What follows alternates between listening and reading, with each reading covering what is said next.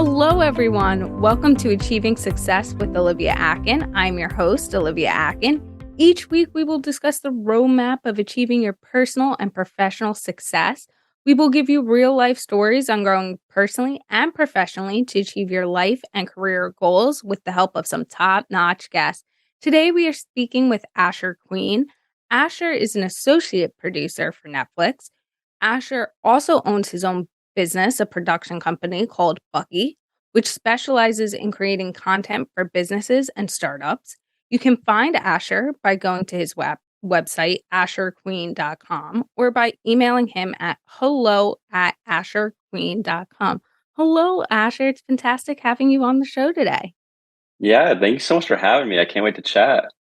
To start off the show, can you tell me what success means and looks like to Asher Queen? Yeah, I think success means probably a lot of different things to a lot of different people, and I think that's probably a good thing. I know for me, it's shifted. It probably shifts every year or 6 months. What success means, but right now where I'm at, I guess success is doing what you love to do while also offering value. Um, you know, we, you probably have a lot of hobbies and loves and interests and stuff like that, but also adding value to people's lives. I think that's kind of where that intersection of success is. Also, that money aspect, it's no surprise that is a part of success, but it, that's doesn't what I define it as. That can follow, that can be there. Sometimes it is, sometimes it's not. So I think success is kind of a moving target, and different stages of your life, you have different skills, you have different interests, and you add value in different ways to people's lives. So that's kind of what it means to me right now. Ask me in 10 years, 5 years, it might be totally different. But that's what it means to me right now. Asher, when did you know you wanted to go into production and creating content for individuals? I mean, probably since I was like a few years old. I mean, I've been making stuff. I kind of grew up in the age of the iPhone, iPad. So I always had that camera on me, the way to make content and whatnot. I mean, starting with like iMovie in the middle, mid 2000s, and just making short movies with my cousins, with my brothers, all the way to making stuff for my church growing up and different stuff like that. And I never thought as a profession. I just like, this is what I love to do. Like, you can create, you can cut things. There was something about capturing and presenting it to others that I always found kind of neat. And it really wasn't until probably high school when I thought, yeah, I think I could do this. I started a broadcasting club, and that's when I kind of first like fell in love with the idea of like, this is something I can do, moving forward. Um, but also helped. I just like loved learning about it. I loved learning editing and different shooting techniques and audio and whatnot. And you kind of have to love it, to really get into it. If it's a chore, then you might not actually progress that far. Some things you kind of force yourself, but it never was a force. It was always, I'm learning Photoshop on my own time. I'm learning Illustrator, After Effects, all these programs to in production and design. So I think it was a young age, and it really took off high school and college when I had those actual opportunities to learn under people, kind of do my own thing as well, and like hit the ground running. Fail, but also kind of have some stuff to show for. So it's always been a passion of mine, and it kind of lasts ever since high school, college. It really was like, I could do this moving forward. What is your favorite part of the production part? You talked about, the editing, which takes a lot of time. All of those pieces take a lot of time, and different skills to go into it. So what part, whether it's the editing, creating the physical content, what part of it that is your favorite to do? I think telling a story is probably my favorite part. I used to like the editing process a lot of like, oh, you could add this in there, then add that, and it can make it look cool. And that kind of comes with like how old you are and whatnot. But I think the older I get, the more story is important. Like, there's an art to telling a story that's like authentic, but also like captivating and sometimes even like beautiful. So I think that's my favorite part of it is how can we capture that story? Like, how can we tell someone's story in a compelling way and that they also are totally in line with, but also the audience likes as well. That's probably my favorite aspect. And then also on the other end, the people involved. Like you get to work with, you work long hours in production and design and stuff like that. And a lot of times you're working with a crew and they kind of become your family for a little bit. And that's kind of, I think the most fun is that you share these experiences with these people. You get really tight and then, and then it's on to the next project. Um, but I would say the crew, and then also, of course, telling you that story. Uh, how authentic can you be with that story? And can you tell it in a way that's entertaining? I mean, in a day, are people going to watch it? Are people going to care about it? That's definitely most important to me, and that's what I find the most enjoyable in that whole process. So you had talked about, the time commitment, the long hours. I wanna go a little deeper into that. What does, especially for producing a show for Netflix, what is that day to day like? Like, do you know 2 weeks before what your schedule is going to be? What is that like? So it's crazy. It's exactly how crazy you think it is, or probably a little bit more, depending on the production and the production I just got out of. It was a good one. It was my first one with reality TV. So that was kind of my first dip in that. But day to day wise, pretty much how it works. The people who are in the industry, you get a call sheet the night before, and that's kind of everything you're going to do, like blocked off by almost a minute, but hour by hour for sure. So you really don't know what your day's gonna look like until like maybe the night before, if you're lucky, and you really don't know what the next week is. There's a like I call it like the Bible of the kind of like the master calendar, and they will have it marked off, but you really can't plan. They might tell you your off days, but even that shifts. So you could be, filming till 2 a.m., 3 a.m. the night before, and then you don't know till 3 a.m. I got to be back here at 10 a.m. Now there's rules, there's regulations, there's turnarounds and unions and all that, but it's crazy. Like you got to have to like your I don't know like your mental health, your physical health like important during that process because it can easily get ignored. You can like not get any sleep, weird eating schedules and whatnot. But it's as crazy as it seems. Like it's 2 3 months of every day. You really don't know what's happening, and you kind of are flying by the seat of your pants. And your whole job is to kind of weather the storm a little bit. But it's crazy, and it just depends. On reality and TV, it's a lot more crazy. But with more commercial content, it's only a few days shoot, and it's pretty organized. And people, it's usually like a 9 to 5. But those longer things, they're killer. I mean, I really kudos to people who do that year long. Like that's intense. Like I had to take like a week or two just for myself after it because it's so much going on and there's so many different people moving parts. But you kind of love it though. I wanna touch on 2 things. I think you brought up a key point in those moving pieces. You never know what's gonna happen, sometimes till the night before or when you're done that day's activities, and the importance of your mental health and making sure you stay in tune with your physical and mental health. How do you do that? Ooh, that's a good question because sometimes you learn by like failing. That you learn by not maybe taking care of yourself. Um, I know the first few weeks of a shoot, you kind of get in you kind of like, okay, you kind of start feeling it out.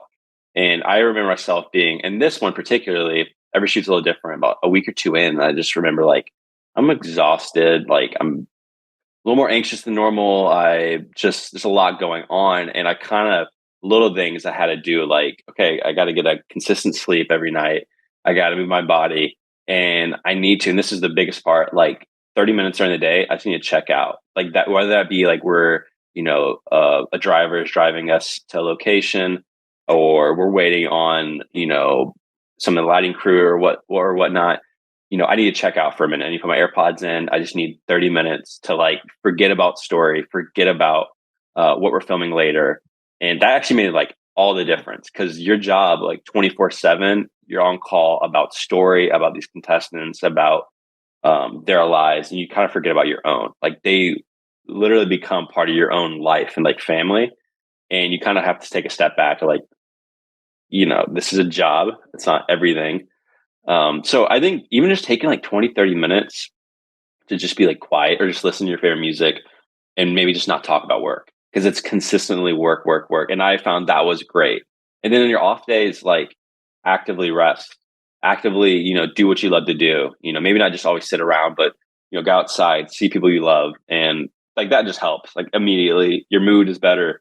You work a little bit better. But I have to say those 20, 30 minutes every day, just kind of for yourself, if you can make that time, that really makes a difference, at least for me. How do you balance and set those boundaries so that your family, your friends, everyone's aware of kind of, the point you're at in production or in your life journey overall, I should say, of knowing, hey, sometimes I'm not going to be available. I can't tell you 3 weeks ahead of time that, yeah, I'll make, your birthday dinner or, yeah, I'll make these plans. How do you kind of manage that aspect while working? And how do you kinda have the conversation with individuals to understand your perspective? Yeah. And I would say it's not cut out for everybody. And I think before you accept a job, you kind of need to know what's going to be the return on this. And is it going to be worth it? Is it going to be worth missing out on this birthdays or going out with your friends or, maybe seeing your family or seeing your dog more than often? As long as you know beforehand, and I guess the people that's like directly in your life know, it usually works good. My girlfriend's supportive and we're like, hey, next 2 months, you got the dog. You know what I mean? There's just going to be certain stuff to be a little different, and that's great. But if I didn't have a support system, or if I was like, I really want to see my family more, then maybe I wouldn't take that job at that time. So I think it's knowing beforehand what you're getting into. Like, hey, make sure you have all your eggs in a row, like before, because it's going to get crazy. And I remember some of those people telling me on the show, like you got to make sure everything's at home good. You got to make sure you got like a schedule, like make sure you're good to go because you're not going to have time to even think. Get your haircut now. Go to the dentist. So I think being honest with yourself, like, is this actually doable next 2 or 3 months? Is it going to be a strain? Am I going to like break myself doing this, or is this going to be something I can get a lot out of?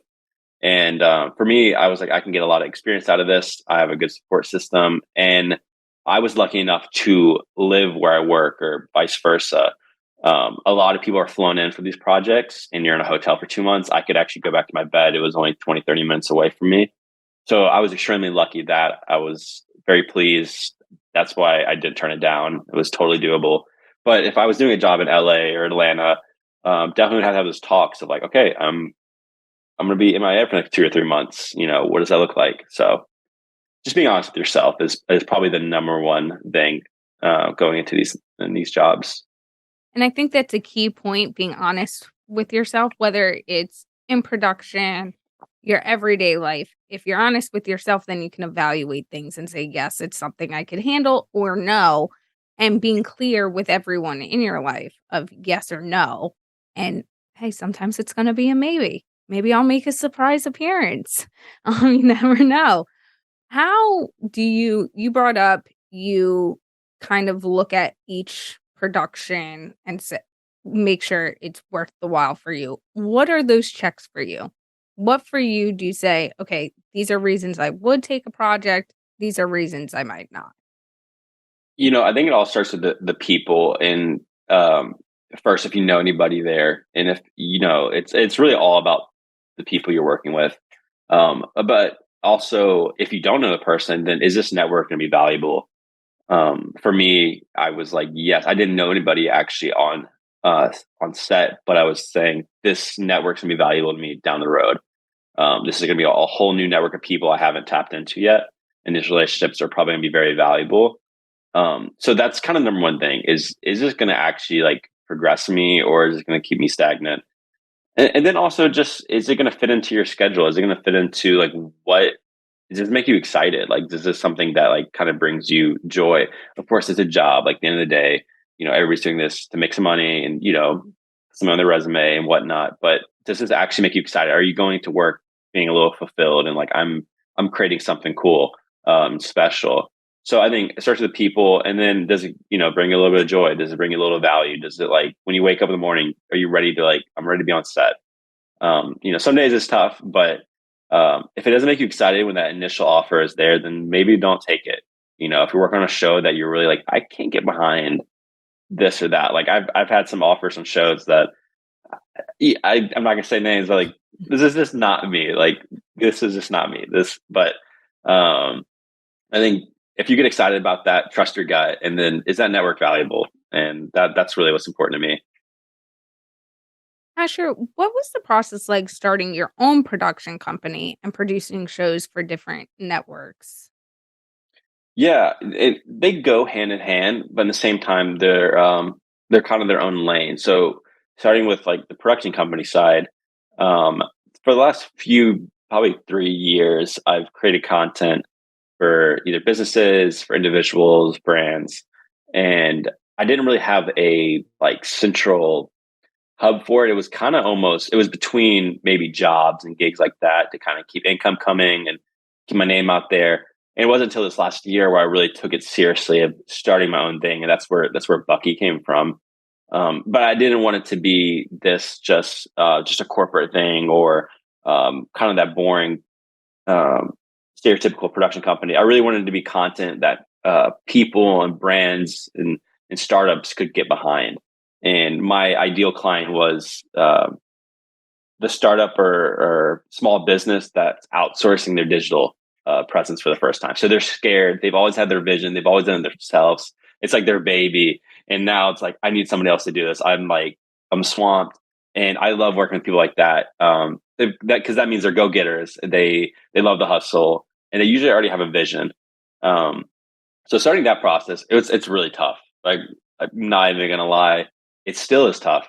That's a whole nother like area facet. Now that side of getting clients and whatnot does help me get jobs with Netflix or on different shows or TLC or HBO. Um, but um, the production company side is, it's more of, you're kind of by yourself, and it's really more of an entrepreneur spirit. You're starting your own business. At the end of the day, you're the boss. You're the person that has to answer it and execute the vision. So I've had a lot of fun with it. It's something that I always return to every few months. Like, okay, do I want to keep investing in this? Do I want to keep this going, or do I want to go full time into production? Where somebody just hires me. I'm not pouring my resources into it. Um, and then the other side is the like Netflix and those shows where you're producing for. It's not under your own production company. You're just contract worker. And while there's good in that, it's a maybe a little more stable paycheck. There's also months of like, is the phone? Is anybody gonna call me? Is there any work out there? And you kind of learn the ups and downs. Like, you have a few really good months, you're working with great people, and then nothing, and then back you get an opportunity. So it's kind of, and same with my own business and Bucky with my production company. You get a client or two, and then you're outreaching, and there's nothing. And that, in those moments, you really, the first few times really freaks you out, but then you kind of start to learn and lean into that. It's like a natural process, and those gaps get shorter and shorter and shorter. So while starting a production company and being a contract worker for shows are similar, they come with their own challenges, and you kind of have to learn to embrace like not knowing what's next. And if you don't like that, then like this career, it's just going to stress you out. I want to go a little bit more into, you're talking about the you might be sitting by the phone for, a month, 2 months, or not knowing you might be ending a project and not knowing if you're going to get that call or when that call is going to come. What is that process like mentally, whether it's for the production team or waiting to get on another team to do a show or within your team? Yeah, it's mentally pretty taxing. I think each time it happens, you get a little bit better. Like right now, I'm kind of in that process right now because we just wrapped up a show. Holiday season is usually pretty slow in the production world, and I know there's gonna be stuff that present itself. But you're also like, all right, what's the next thing? Um, it's taxing, and you can kind of freak out. Like everybody kind of treats it differently. Some people really like it because they're not working and they maybe made enough money that they can support themselves. I'm cool with that for about a week. And then I'm like, oh my God, what if I never get another call? Like I'm gonna have to, you know, I guess I'm gonna have to go back to this, or I'm gonna, or this. And then it always works out, and always works out better than you think. I think as long as you're putting in that work, I think some of that work is just like reaching out, and also maybe not like, or being okay with, I guess it's hard to say, like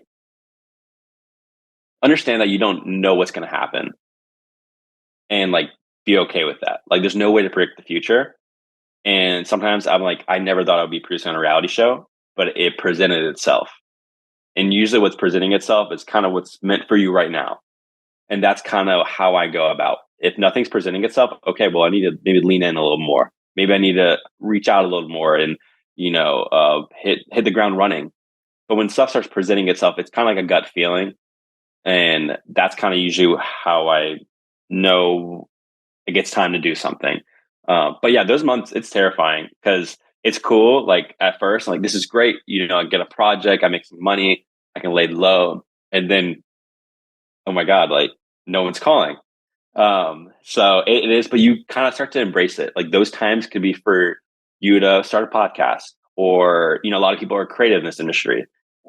Maybe it's time, you could write that newsletter you wanted to do, or do something for fun. Like how wild is that? Like you have time to maybe start something that's, or a side hustle or something like that. So it actually does give you the time, or travel, to do cool things. You just kind of have to like prioritize it, and like, hey, you're not going to be like jobless forever. In the same way, when I'm working and busting my butt, I'm like, I cannot wait to have nothing going on. So just like enjoy the now, enjoy where you're in. It's going to end, like there's so many seasons. Um, but it's a roller coaster. I'm still figuring it out. I think that is a key point. Be okay and be adaptable to not knowing what tomorrow's going to be, and be present in today. 'Cause when you're present today, you can enjoy it and you're not stressing over what could happen or couldn't happen. And enjoy those breaks. Sometimes you need those breaks, especially in producing content where it can be, 16-hour days plus that, who knows? So sometimes those breaks are nice, and evaluate what's important to you. Be able to say, okay, during this time, this is what I'm going to do. And so, how do you continue to grow and in your craft, and with your production company while producing shows, especially when you're so busy and have so much going on? What do you do to kind of make sure you're progressing your own knowledge? I think the number one way to do that, in my experience, is surround yourself with good people, and people who are a little better than you at everything. Um, and if you're not around those people, then you need to go look for them, or at least start asking the right questions. So, in my case, there's a few really talented field producers that I can always go to, and I can always get advice for, and get advice with, and bounce off ideas. It also helps. I have some family members who are, maybe not in the same industry, but entrepreneurial kind of, and you can kind of bounce that off as well. And that's important with people, but at the same time, honing your skill set, that's something that it's a challenge for me, because it's hard when, at the end of the day, like, to learn something new, or to really challenge yourself. Because sometimes you just get comfortable in your own lane, and you kind of have to be like, I'm always growing, I'm always adapting. Let's learn something new. So that's something that I have to consistently challenge myself to do. But it helps when you have those people challenging you. So I think surround yourself with good people, you know, and don't be afraid to ask questions, and make your intentions known. And then of course, like, do some self reflecting. Like, what areas do you need to be stronger at? I think this whole world, and I think anything, even in business and whatnot, just being self aware, being like emotionally intelligent enough to know, where am I weak at, and where am I good at, where do I add value, but where do I actually struggle? Why, what do I need to improve on? And I think that's a key point, is have that emotional intelligence. And so another key point is to make sure you're surrounding yourself with good people who will challenge you, who's not going to say, Okay, you wanna slack off every day, that's fine. Like, that's acceptable, but make sure they're challenging you and, especially in the work environment. What can you be doing differently? Why? What new things are coming out? How do you learn them? And when you have that group, sometimes it's also the accessibility to then turn around and say, "Okay, let's do this again together." So then you're learning it with someone else, which makes it fun sometimes, so that you're not doing it by yourself. Yeah, I mean, most definitely, and I think you hit on that, emotional intelligence part, which is, like, in my field, I think it's the most important thing, and then maybe in any field, like, can you read the room? Like, can you there's so many different people on set, like, for example, there's executives, there's people, like, paying you, there's people paying them, there's, investors, and then there's, director, camera operators and whatnot, production assistants who are like on the lower end, but they're still people. They're making the thing run. Can you read the room? Like people are going to get upset. People are going to be, you know, tired. Like, can you interact with them all day long and then not hate you? Like that's like the biggest skill set if anybody's getting into this industry. Like, can you read the room? Do you know when to say something? Do you know when to introduce yourself to somebody and know, hey, I probably shouldn't say something right now? Like, it's just not the time. Same with cast. Like, we're working with these like crazy cast members who are going through a crazy time in their life. And sometimes you just shut up. Don't say anything. It's okay. Like, you don't have to always say anything. And sometimes it's time for you to talk. So, I don't know. I'm on a little tangent here, but that emotional intelligence part is so important. Like, and people like who are successful, I guess successful higher up, they kind of respect that. There was one time I went to the wrong location and I was freaking out. I'm on the wrong location. I get a call, and my producer's like, "Hey, it's okay. We'll send a car for you." Cool, perfect. And I go, and I thought it was just going to be a production assistant who's just like driving their car, just me and them, all good. I open the car door, and it's like four executives, and it's like their boss's boss, like all the people that flew out from California to Charlotte to come see the production. And I'm like, oh crap, they're gonna think I'm like late. They're gonna think this. And I remember just like being so angry in the car. And I was like, I'm so sorry. I'm so sorry. And they were like, oh, it's fine. And one of the guys turned around, was like, it's not fine. And I remember like he kind of got into me a little bit. And I just was like, this sucks. Like, this sucks. Like, it's over for me. I'm never going to get called back. And I remember it was an hour car ride. And by the end of it, I kind of had the awareness of like, these are people too. Like, of course he has to say that. By the end of it, we were all talking, joking. He was like, hey, just by the way, like, I love what you're doing. I've heard good things about you, blah, blah, blah. And I could have, like, I was really upset. I could have gone a lot of different ways there. I could have maybe not even took that criticism. I could have been like, no, no, wait, wait. But be able to read the room a little bit, being able to like kind of like take a breath, like you're working with people as well, was super important. It was also really funny. We laugh about it. Like it just was terrifying. This black Suburban rolls up, and you're like, oh my gosh, this is it for me. And I think that's a key point is understanding the emotional intelligence aspect. Emotional intelligence to me is so important. I think it gets lost in a lot of individuals how key it can be. I remember having a conversation with someone and they were like, "Well, we have laptops now, we have all this technology, this, that, and the next.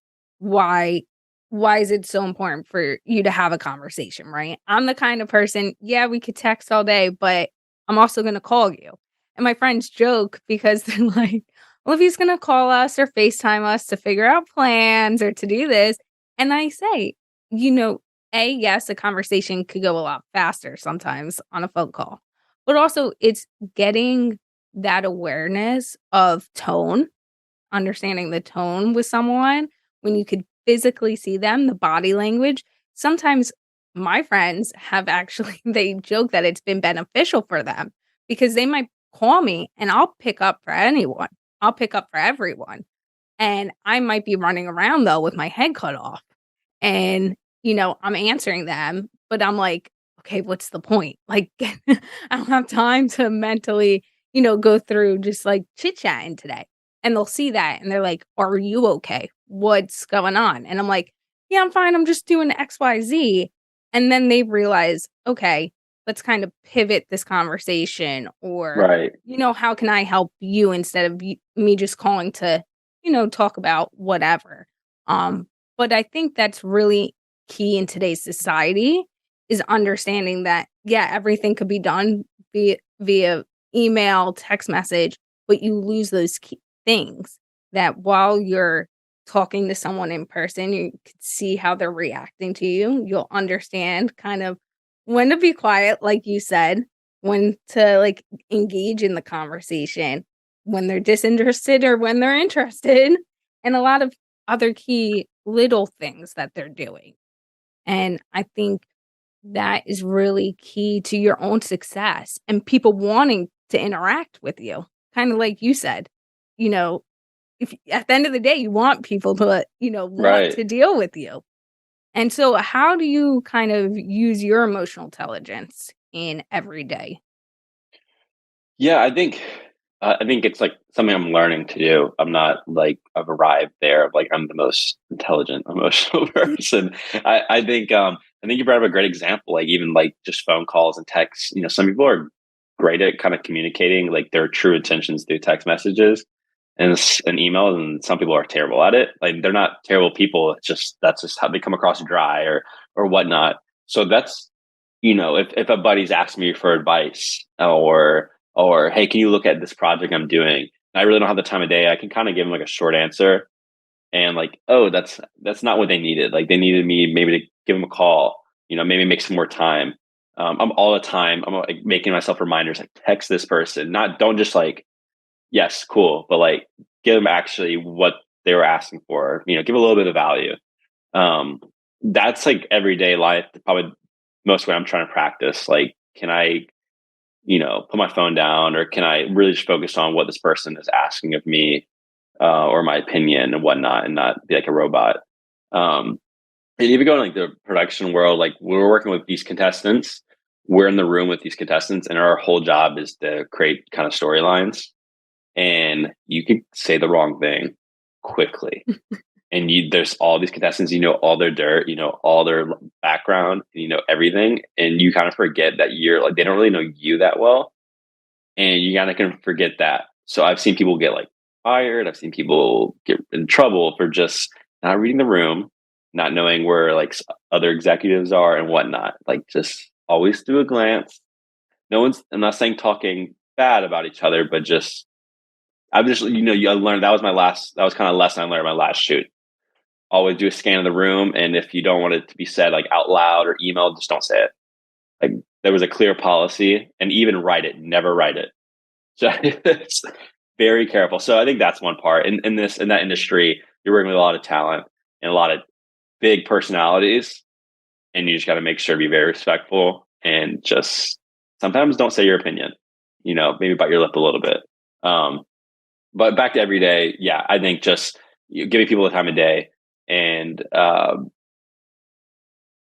just pouring into people a little bit more and don't think about it as like a inconvenience.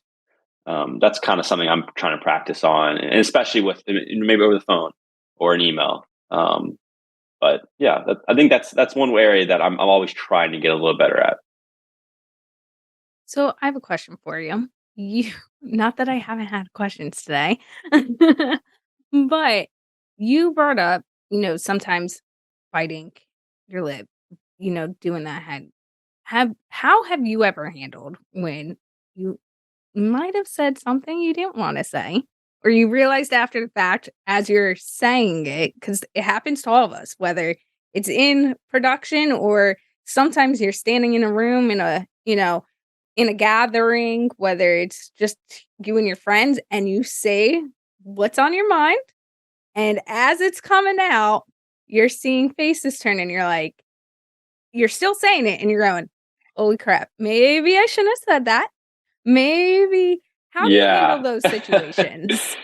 Well, everybody's had those in like relationships, life, in a meeting or whatnot, or just talking with their coworker, you thought nobody's listening. I think the first thing is like owning up. Hey guys, that I'm sorry if it does offend anybody, just be like direct. And I'm sorry, I really didn't mean to offend anybody. That was my intention. And if you can apply a little patchwork there, you can maybe backtrack a little bit, and be a little savvy with your words. But oh, sorry, sorry, I didn't mean that. I meant, but you could do that. But I think the biggest thing is just being honest. And hey, guys, I shouldn't have said that. I just just owning up to it. And I think anytime you kind of don't do that, you put under like sweep under the rug, it can kind of get a little messy. And a lot of like my career path, it definitely gets messy fast and stuff. There's rumors, and you work with a lot of people, and everybody's staying at the same hotel. Like you can just imagine, a lot of stuff happens. And I won't say specifics, but there's one time I was talking to an executive and a field producer, and we were talking about the cast because that's our job. It's just to always talk about the cast story. And we were talking about some pretty deep stuff with the cast, and the cast member was right there walking by. And that was, I didn't have to do anything, but the executive kind of talked to them about, what was happening. And they're good at that. They're good at being honest with them and whatnot. But it was very embarrassing, at least in the moment. We don't know if they heard, but they were right there, and it's a very private part of their life. Um, and I kind of learned from them, like those executives and those field producers, their whole job is to do that, kind of manage that crisis. And a lot of times they're just honest. I know there's a bad rap, they're liars and whatnot, but actually they're the most honest people. They just straight up tell you what's happening, why they said something. And if there's, any backlash or if you disagree, like they're all ears. They want to make your life easier as well. So I think, you can learn a lot from that, but I think just be honest. Every time I've not been honest, it's not worked out. So I think that's a key point. Be honest, as well as, just say your truth. Sometimes being yourself and being honest with yourself and staying true to what you have to say. Yeah, there's that time to bite your tongue. You shouldn't always just say what's on your mind. But sometimes, then certain things can't be said about you, right? What do you want to put out to the world? What image do you want to put out? And let that speak. My friends joke, or people I work with as well, basically everyone. I will tell you what I'm thinking. mm, Um, I will tell you if I agree with you, if I don't agree with you. It doesn't matter how close we are, how distant we are. I'm looking at you as an individual who I want the best for you. No matter who you are, I want you to succeed. And sometimes, that could kind of be a bad thing. But my friends say, well, why do you always say kind of what's on your mind or talk about your own experiences? And I say, well, why should I let you create the content? Why should mm, I allow you to, you heard a piece of information, you heard something in passing, you saw something on social media. And now in your head, as you play phone tag where conversations are happening, there's this whole other storyline that's being created than what actually happened.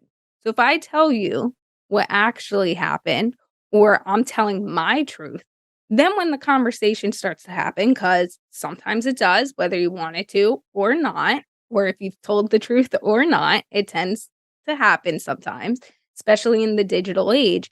There's the people in the room that know the truth and will speak hmm on it. So I think sometimes it's key to be honest and just, this is what it is. Because then it's those, lying has never paid off. It never helps to lie. It always comes to light. Yeah, you would actually be a terrible contestant on these reality shows because you tell it straight. We joke with that with our with our cast, because we kind of give them the advice in the beginning. We kind of shut up from there. We always say, just tell it straight because we'll know everything. We have cameras everywhere. We have everybody's feelings. We know everything. And they don't do that. They lie to themselves. They lie to the camera. They lie to us. They lie again. They backtrack. And it always looks terrible, but it's always pretty juicy. I guess that's what you want. And, you're saying sometimes just being upfront, like I struggle with that too. I sometimes pander to other people because I don't want to hurt their feelings. or I don't really want to get in that messy. I don't want them to look at me bad. And sometimes it's good, but sometimes you gotta just tell it how it is, tell it straight. You don't have to be rude about it. And that's something that I wish I did a little more. Um, but it's also it's interesting hearing, how that's your kind of go-to. Well, mine is, yeah, I'll pander, I'll listen to the person. Yeah, okay, cool. And I might be like, what? This person's crazy, or they're just lying through their teeth, or that did not happen. I think both. There's like probably good and bad, Um, but anyways, I see that all the time in contestants and stuff, and it never ends well. So I think kudos to you. Just like tell how it is. You can be cool about it, but you everybody knows what actually happened. And Um, there's, yeah, and that's the thing. People know. So yeah, why try, whether it's a good thing, let it out. Let people know. I always hmm say I do a lot of different things, and my LinkedIn is not always telling of every little thing I do. And I had someone come to me and ask me why my LinkedIn didn't show everything I was involved in. And I said, well, am I doing it to put it on LinkedIn? Am I participating in these things? Yes, they could help me grow professionally. Yeah, they're, things that not everyone gets to do, this, that, and the next. And I said, but am I doing it to put it on LinkedIn, or am I doing it to grow? hmm Everyone doesn't need to know everything. And I think sometimes that's beneficial is when, the truth will come to light. People know the facts, whether you're involved in something or you're not, and you're just like posting it. But you don't always need to put everything out there either. I'm very transparent with who I am, which is a good thing. Like you said, that truth comes to light. But there are certain things I just don't talk about. That then when, things do happen and they come to light and people realize I've been a part of it, they're like, "Why didn't you tell us?" Like even my friends. I'm like, "Well, you didn't need to know." Like at I that think moment in time. yeah, I think it's almost more entertaining. It's a little, why, like, keep it spicy a little bit. Like, don't tell them everything, that they want to hear. Don't tell them your next move. I know it's so cliche and corny, but it's okay to keep some things close to the vest while you're working on it. And I think that's important. And I don't know. I'm a fan of that too. Yeah, Yeah. don't put everything down on LinkedIn. It'll come to light. Or you're working hard on this podcast and stuff. Like, cool, people will know about it. So I think that's great. I think that's kind of cool. I never really thought about it that way, but you don't have to advertise everything. You can keep some stuff close to you. Asher, that being said, you also create art design for companies. Kind of leads into where we're going with this. In fact, for our listeners, that pretty image that you see every time you click on the podcast, whether it's on YouTube, where the iTunes podcast, wherever it might be, our cover art, Asher actually was the one who created it. That's how I connected with our Asher. I wanted him to create the cover art and the art design. So his artwork you see on the cover, if you watch this on YouTube and you see the Achieving Success with Olivia Atkin in the corner, Asher designed that as well. The company logos that you see on our website, Asher designed that. He's designed a lot of different artwork and all great artwork for my company. How, when I came to you, I knew we had this conversation of, yeah, I want something clean. Here's the company name. I want it sharp, eye grabbing, and I let you kind of run with it.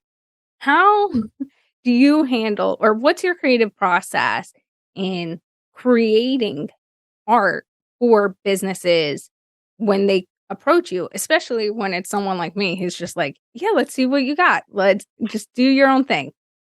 Yeah, I think it could be scary because those kind of clients. Now, I found out you weren't one of those clients.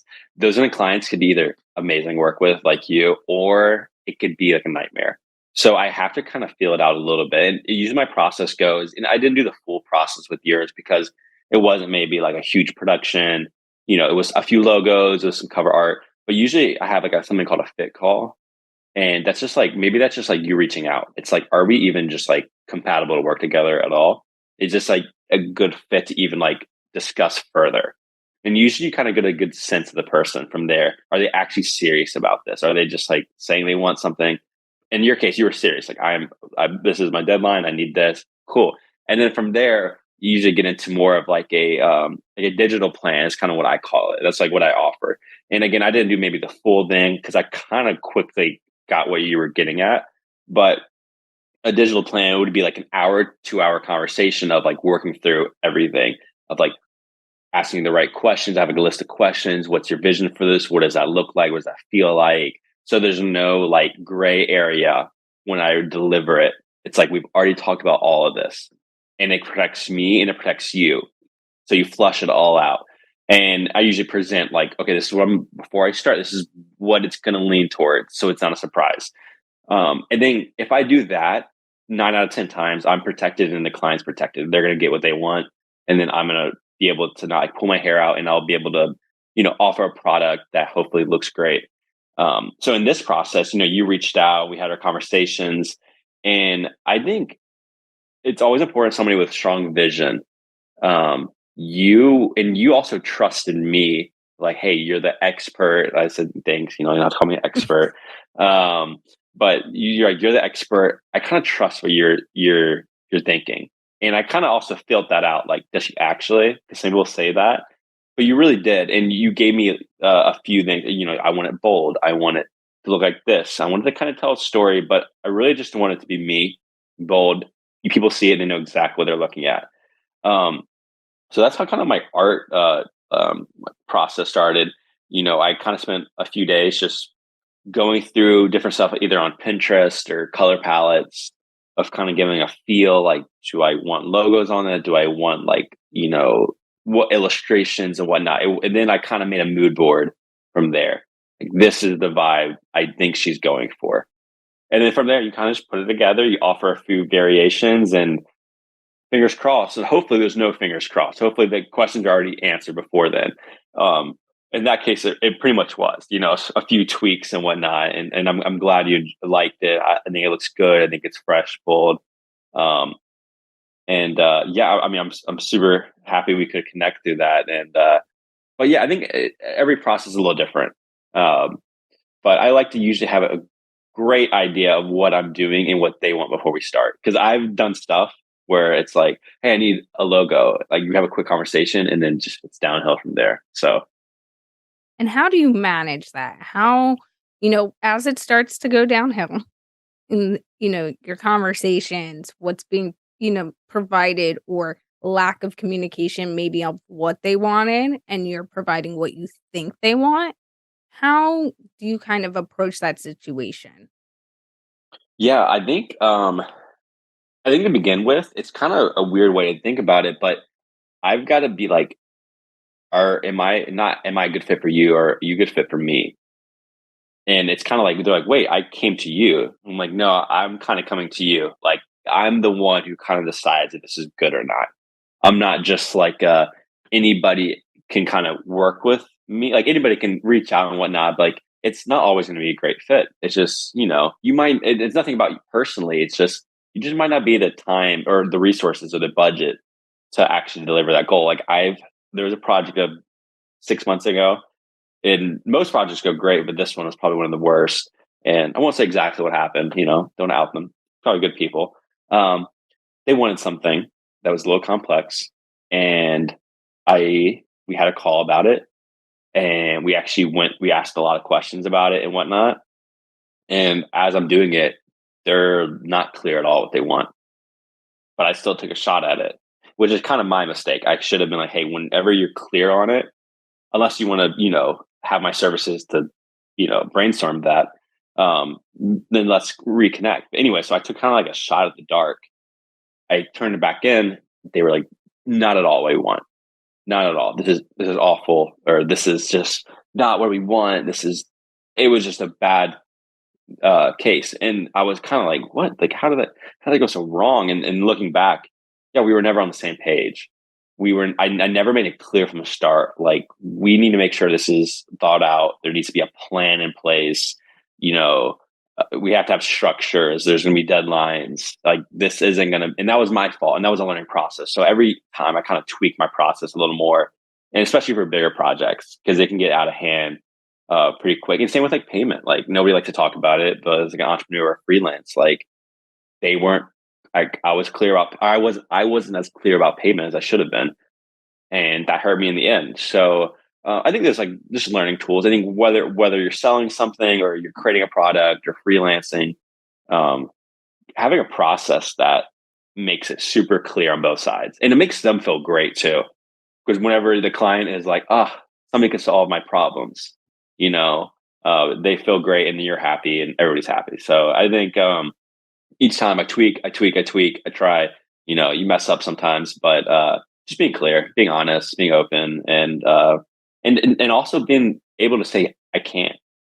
Like there's sometimes I'm like, hey, I can't. Either you're too busy, or like it's just not a right fit. It's just not a right fit. Like I can't do what you're asking to the level of what you want or for that budget or whatnot. So I know it's a long answer.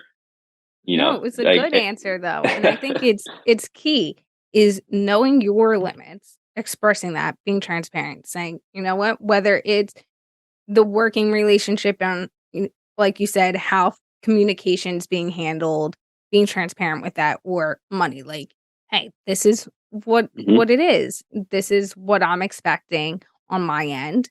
I hear what you're expecting on your end. Can we agree on the expectations or where do we tweak it? And if you have that conversation, it can be great and the relationship can be great. If you don't, there's a lot of room for miscommunication. So I think the key point there is making sure you're transparent with what your expectations are and what the other side's expectations are. So you can have that transparency throughout and feel comfortable. I think that's the other part. You have to feel comfortable with the person you're working with, whether it's a client or a coworker. If you don't feel comfortable, then you're always gonna be moving on edge. You're not maybe gonna perform your best either. I Yeah. Sorry to interrupt. You know, this is this little advice I think for like especially like young creators, because I always feel like it's these people, you know, maybe in their 20s and whatnot, they can kind of get stepped on easily um in that relationship. So one kind of advice is that process when you guys are hashing out the details and presenting a plan. I won't do this for everybody, but for bigger projects, I'll charge for that. I will say, hey, like it's whatever the fee is. It doesn't have to be that much. It could be like $100, $50 of, hey, I'm gonna create a plan for you. And you don't even have to take my plan and I don't have to do it. You could take my plan and give it to somebody else to execute, or you could execute yourself. Like I could have came to you and been like, this is my idea, this is my vision. You can hire me if you want, or you can go do it yourself and whatnot. And actually, 99% of the time, people usually hire you. And also, they get something in return and they're also invested from the start. They just, even if it's like a little bit of money, it's kind of like a psychological thing. Like, oh, I'm investing money into this. I'm serious about this. And you can tell who's serious and who's not. If somebody doesn't want to pay $50 for like a few $1,000 video, like, okay, then I don't want to work. There's something wrong. Like we're not on the same page. So that's like a little tip for those freelance entrepreneurs. You know, don't be scared to maybe charge just a little like fee, like almost like a booking fee, to know if they're serious or not.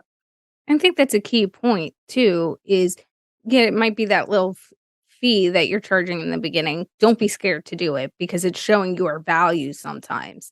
Sometimes you need to say, yeah, this is my worth. I'm putting the time in, especially when you're unsure with the client.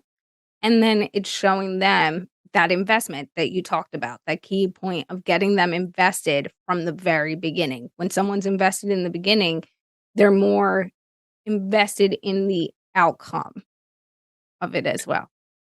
Right. Yeah. And I wish all my clients were kind of like you and how they operate. Like it was quick. Like I don't even feel like I had to go until like, and I was like, I don't even charge her any, like this is like, we're on the same page about this. Like it was easy. It's clean. But not every client's like that, you Yeah. know, and they want their own thing. And sometimes what they want is different than what you think they need. So you got to kind of meet their, or just meet their needs. Like your job is to meet their needs. So I totally agree with that. And that communication side, it's something that I'm always learning and trying to get a little better at. It makes your life a little bit easier. Asher, how can people get in touch with you in order to connect? Yeah, I'd say the best way is probably maybe Instagram, Asher_Queen. Hit me up, DM, follow me. I usually post a good bit on there. Also, my website, www.asherqueen.com. It has all my past work. It has ways to contact me. It has kind of what I'm working on currently. And then also with Bucky, my production company, has a link to that. So it's kind of like a one-stop shop, all your Asher fix right there. But I was at asherqueen.com or on Instagram. I'm not on LinkedIn a lot, but I check up. So Thank you, Asher, for all of your insight today. A few of our key takeaways from today's conversation are doing what you love to do while having fun. Enjoy it. Just because you might have to be doing work doesn't mean you don't have to enjoy it.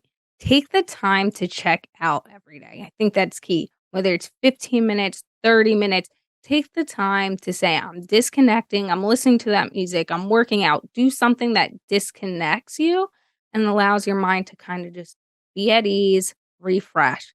Ask yourself, is this going to help me progress myself? Whether it's, walking into a brand new company, walking into a brand new environment, whatever it might be, take the risk, but ask yourself, is it going to help me or am I taking a risk that might just not be the outcome I want? And be okay with not knowing what is going to come. I think that's so important. Sometimes, the grass is greener on the other side. Sometimes it is beneficial to not know what the outcome is going to be, because the outcome could be a lot better than you could have even imagined. This was a great episode with our top-notch guest, Asher Queen. Thank you for listening and have a successful day.